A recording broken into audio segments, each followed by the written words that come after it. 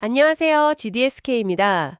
여러분, 저희가 지난번에는 그 행정구역 경계에 걸쳐 있는 주소, 그러니까 경계 주소라고 부르는 것들의 기본적인 사례들을 좀 봤었잖아요. 네, 맞아요. 주로 아파트 단지 전체나 뭐 동별로 이렇게 나뉘는 경우들을 살펴봤었죠. 네.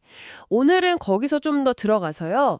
아예 건물 하나가 여러 행정구역에 걸쳐 있는 더 복잡한 경우들, 그리고 이게 또 실제로 해결된 사례는 있는지, 아니면 여전히 좀 어려운 문제들은 뭔지, 이런 얘기들을 좀 더 깊게 나눠볼까 합니다. 오늘은 정말 그야말로 건물 하나가 딱 뭐 두 개, 심지어 세 개 구역에 걸쳐 있는 그런 아주 놀라운 사례들 중심으로 한번 파헤쳐 보겠습니다. 이게 왜 이렇게 됐는지, 또 그래서 어떤 문제가 생기는지, 그리고 해결은 왜 어렵고 또 어떻게 가능할지 그 핵심을 좀 짚어보죠. 와, 건물 하나가 여러 구역이요? 진짜 상상하기가 좀 어려운데 대표적인 예가 서울에 있다면서요? 그 관악구랑 동작구 경계에 있는 보라매 우성 아파트. 네, 바로 그겁니다. 지도만 이렇게 딱 봐도요. 건물 한가운데를 그냥 선이 쫙 지나가요. 세상에. 네, 그 보라매 우성 아파트만 그런 게 아니고요. 그 바로 옆에 있는 캐릭터 그린빌, 또 혜태 보라매 타워 아파트 다 비슷합니다. 아, 그쪽 라인이 다 그런가 보네요. 네. 아니, 근데 어떻게 한 건물이 주소를 두 개나 가질 수가 있죠? 그 서울의 혜태 보라매 타워 같은 경우 있잖아요. 같은 아파트 건물인데 몇 호에 사느냐에 따라서 동작구 신대방동 주민이 될 수도 있고 또 관악구 봉천동 주민이 될 수도 있다니. 와, 이거 상상만 해도 너무 복잡한데요? 네. 그래서 1층 상가를 보면 가게 문 방향에 따라서 주소가 갈리기도 하고요. 아파트 주민들도 내가 사는 호수가 정확히 어느 쪽 구에 걸쳐 있느냐에 따라 소속 구청이 달라지는 겁니다. 같은 건물에 사는데 누구는 이쪽 구, 누구는 저쪽 구. 그래서 자녀 학교 배정 구역도 달라지고 심지어 써야 하는 쓰레기 봉투 종류까지 다르다고요. 아유, 실제 사는 분들은 진짜 황당하고 불편한 일이 한두 가지가 아니겠어요. 더 큰 문제는 이제 재산세 같은 세금 문제로 세무서를 가거나 아니면 뭐 건축 관련 인허가 받으러 구청에 갈 때요. 내가 사는 호수가 정확히 어느 구 소속인지부터 헷갈리면 이거 정말 곤란해지죠. 행정 서비스를 이용하는데 큰 혼란이 생기는 겁니다. 도대체 왜 어쩌다가 이렇게 기묘한 경계선이 그어진 걸까요? 대부분은 이게 좀 역사적인 배경이 있습니다. 과거에 그 지역 일부가 경기도 시흥군 동면 소속이었어요. 근데 이 지역이 이제 서울시로 편입될 때 그어진 행정 경계선이 있었겠죠. 그 이후에 뭐 택지 개발도 하고 도로도 새로 나고 하면서 지형은 바뀌고 건물도 들어섰는데 옛날에 그 지적 경계선은 그대로 남아있는 경우가 많은 겁니다. 아, 그러다 보니까 이제 새로 지은 건물이 그 경계선을 그냥 딱 깔고 앉아버리게 된 거죠. 와, 진짜 듣기만 해도 머리가 좀 아파오네요. 그래서 해결해달라는 민원도 뭐 계속 있었죠. 근데 이게 양쪽 구청의 어떤 재정 수입 배분 문제, 이런 이해관계가 상당히 복잡하게 얽혀 있어요. 그래서 뭐 객관적인 조사를 한다거나 주민 투표를 통해서 일원화하자, 이런 방안이 계속 논의는 되는데 아직은 좀 해결의 실마리를 못 찾고 있습니다. 이게 서울만의 문제는 또 아니군요. 경기도에도 비슷한 사례가 있다고요. 롯데마트 의왕점. 네, 맞아요. 그 롯데마트 의왕점 부지도 딱 걸쳐 있어요. 의왕시 내손동하고 안양시 평촌동하고요. 대략 한 3, 4 정도는 의왕시고 4분의 1 정도가 안양시 땅입니다. 그럼 거기도 세금을 양쪽에 내나요? 네, 롯데마트 측에서는 뭐 지방소득세, 주민세, 재산세 이런 걸 다 합치면 꽤 큰 금액인데 이걸 두 도시에 나눠서 내고 있는 거죠. 근데 또 재밌는 건 실제 마트 운영 관련한 행정 업무는 거의 다 의왕시에서 처리를 해요. 그럼 세금은 나눠내는데 관리는 주로 한쪽에서 하는 약간 비효율적인 상황이네요. 그렇죠. 그런 비효율이 발생하는 겁니다. 당연히 마트 쪽이나 거기 이용하는 주민들의 입장에서는 한 곳으로 딱 통일되기를 바라죠. 네, 그럴 수밖에 없겠네요. 근데 이것도 역시 그 두 지자체 간의 재정 문제, 또 토지 가치 교환 같은 아주 복잡한 문제 때문에 협의가 영 지지부진합니다. 앞에서 봤던 보람의 사례랑 뭐 근본적으로 비슷한 어려움이죠. 경기도랑 지자체들이 계속 얘기는 하고 있다는데 아직 뭐 뚜렷한 해결책은 안 나온 상태예요. 결국엔 돈 문제, 그리고 정치적인 결단, 이런 게 필요한 거죠. 아, 정말 답답한 문제인데요. 그래도 이게 해결된 사례도 있다니 좀 다행입니다. 부산의 그 대우금사 아파트, 거긴 원래 금정구랑 해운대구는 나뉘어 있었다면서요?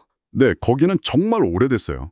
1995년에 준공됐으니까 무려 20년 넘게 그 경계주소 상태였던 곳입니다. 이야, 20년 넘게요? 네, 근데 2019년에 드디어 주민들 불편 해소하자 해서 해운대구로 행정구역이 일원화됐습니다. 아, 어떻게 그게 가능했죠? 여기서 중요한 게요.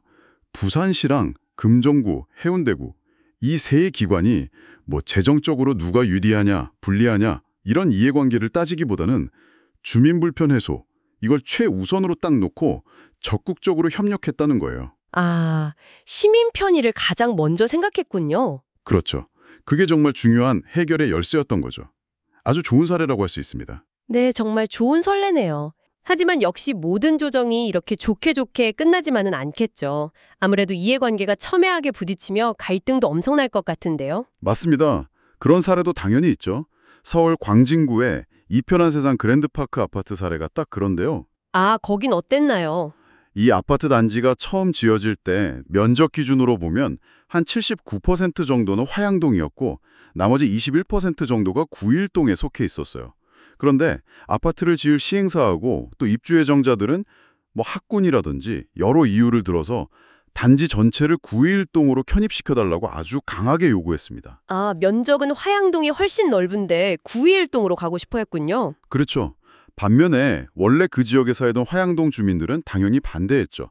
역사적인 경계선 문제도 있고 우리 동네 땅이 훨씬 넓지 않냐 이러면서 강력하게 반대하고 탄원서까지 내면서 맞섰습니다. 와, 정말 양측 입장이 팽팽했겠네요. 그럼 결과는 어떻게 됐나요? 궁금한데요. 최종적으로는 아파트 11개 동 전체가 구의 1동으로 편입되는 것으로 결정이 났습니다. 아, 결국 입주 예정자들 쪽 의견이 더 많이 반영된 거네요. 네, 사실상 그렇게 볼 수 있죠. 이 사례는 이제 새로운 개발 이익이라든지 편의성 같은 가치하고 또 기존 주민들이 지켜온 역사성이나 생활권이라는 가치가 충돌했을 때 그 균형점을 찾는 게 얼마나 어려운지를 아주 잘 보여주는 사례라고 생각합니다. 결국 이 경계주소 조정이라는 문제는요, 참 여러 가지 가치들이 얽혀 있어요. 역사적인 경계는 존중해야 하고 또 기존 주민들의 생활권도 보호해야 하고 거기에 새로운 개발 이익이나 행정의 효율성 같은 문제까지 관련된 모든 집단의 이해관계를 완벽하게 다 조율해서 모두를 만족시키는 해답을 찾는다는 건 현실적으로 정말 어려운 일입니다. 네, 정말 그런 것 같습니다. 오늘 살펴본 사례들만 봐도 전국 곳곳에 비슷한 문제들이 꽤 많을 것 같다는 생각이 드는데요. 저희가 관련 통계 자료를 좀 찾아봤습니다. 네, 저희가 확보한 자료는 2025년 기준으로요. 단지 형태를 갖춘 공동주택, 그러니까 아파트만을 대상으로 집계한 통계입니다. 이 통계가 모든 경계주소 문제를 다 담고 있지는 못한다는 한계가 좀 있어요. 그냥 한 동짜리 아파트나 주상복합 아니면 뭐 상업용 건물 같은 경우는 이 통계에서 빠져 있습니다. 또 예를 들어서 서울 노원구랑 경기도 의정부시에 걸쳐 있는 수락 리버시티 아파트 같은 경우 있잖아요. 거기는 단지 이름은 같지만 1단지, 2단지는 의정부시, 3단지, 4단지는 노원구. 이렇게 주소가 딱 구분되어 있거든요. 이런 경우도 이번 집계에서는 제외됐습니다. 아, 그렇군요. 네, 따라서 실제 경계주소 때문에 불편을 겪는 건물이나 단지는 이 통계 수치보다는 훨씬 많을 거다. 이렇게 추정할 수 있습니다. 알겠습니다. 그런 점을 감안하고 봐야겠네요. 그래서 아파트 단지 기준으로 보면 얼마나 되는 건가요? 네, 전국적으로 총 23개 단지, 법정동 경계에 걸친 단지가 일단 23곳, 여기에 사는 세대 수만 해도 무려 24,500세대가 넘습니다. 24,500세대요? 와, 단지 기준으로만 해도요? 네, 그렇죠. 이 중에서 행정 단위가 더 큰, 그러니까 시, 군구 경계에 걸친 단지는 6곳입니다.